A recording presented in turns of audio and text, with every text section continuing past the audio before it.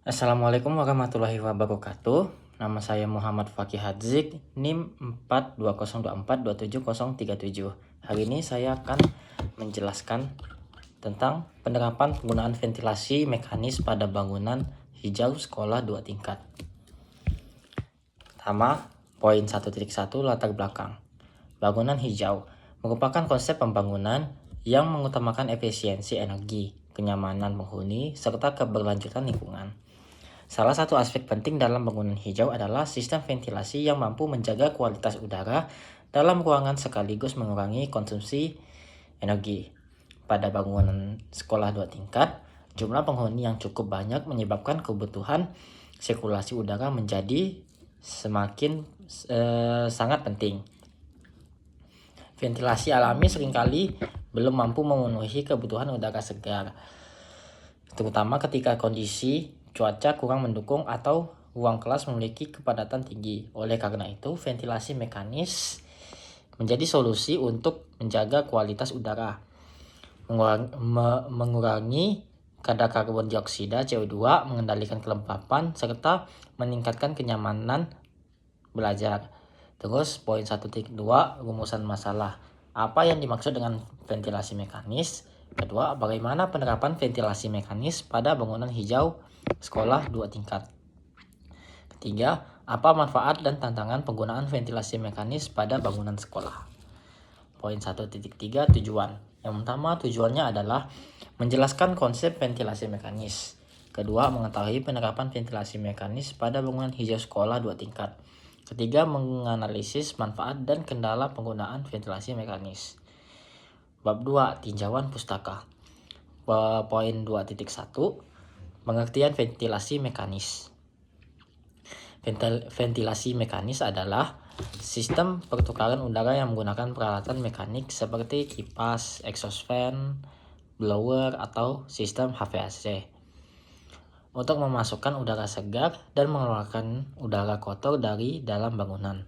Sistem ini dirancang agar kualitas udara dalam ruangan tetap terjaga sesuai standar kesehatan dan kenyamanan. Poin 2.2 konsep bangunan hijau. Bangunan hijau merupakan bangunan yang dirancang untuk meminimalkan dampak negatif terhadap lingkungan melalui penggunaan energi yang efisien, penghematan air, pemanfaatan material ramah lingkungan, serta peningkatan kualitas lingkungan dalam ruangan. Prinsip utama bangunan hijau meliputi efisiensi energi, efisiensi penggunaan air, pengelolaan limbah, kualitas udara dalam ruangan, kenyamanan penghuni. Selanjutnya poin 2.3 sekolah 2 tingkat sebagai bangunan hijau. Sekolah 2 tingkat memiliki karakteristik berupa 1. Jumlah ruang kelas lebih banyak. Kedua, kepadatan penghuni cukup tinggi. 3. Aktivitas belajar berlangsung sepanjang hari. Terakhir, membutuhkan sistem ventilasi yang mampu mendistribusikan udara secara merata ke seluruh lantai. Bab 3, pembahasan. Poin 3.1, penerapan ventilasi mekanis. Pada bangunan hijau sekolah 2 tingkat, ventilasi mekanis diterapkan melalui beberapa komponen berikut. Yang pertama, ada exhaust fan. Exhaust fan dipasang pada toilet, laboratorium, ruang penyimpanan, dan beberapa ruang kelas untuk mengeluarkan udara panas maupun udara yang telah tercemar. Kedua, ada supply fan. Supply fan berfungsi memasukkan udara segar dari luar bangunan menuju ruang kelas sehingga konsentrasi oksigen tetap terjaga. Ketiga, ada sistem HVAC hemat energi. Bangunan hijau menggunakan sistem HVAC yang memiliki efisiensi energi tinggi, misalnya menggunakan inverter sehingga konsumsi listrik menjadi lebih rendah.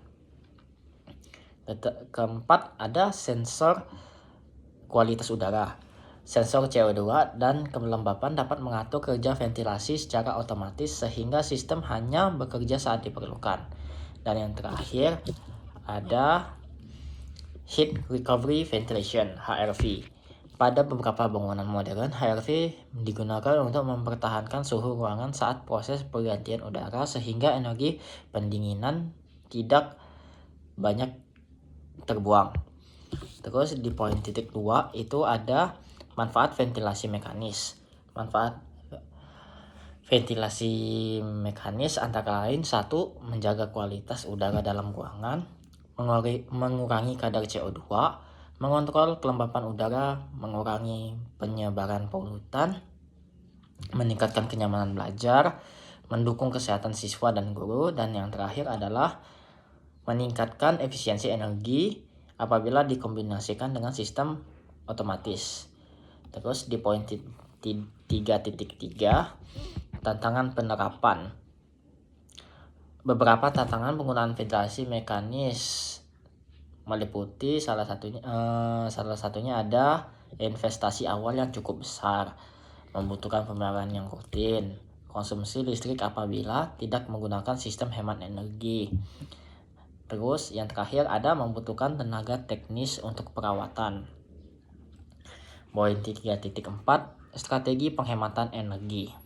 Agar tetap sesuai konsep bangunan hijau, ventilasi mekanis sebaiknya dipadukan dengan ventilasi alami melalui jendela, terus bukaan silang cross ventilation, sensor otomatis, lampu LED hemat energi, panel surya sebagai sumber energi listrik, dan penggunaan material bangunan yang mampu mengurangi panas.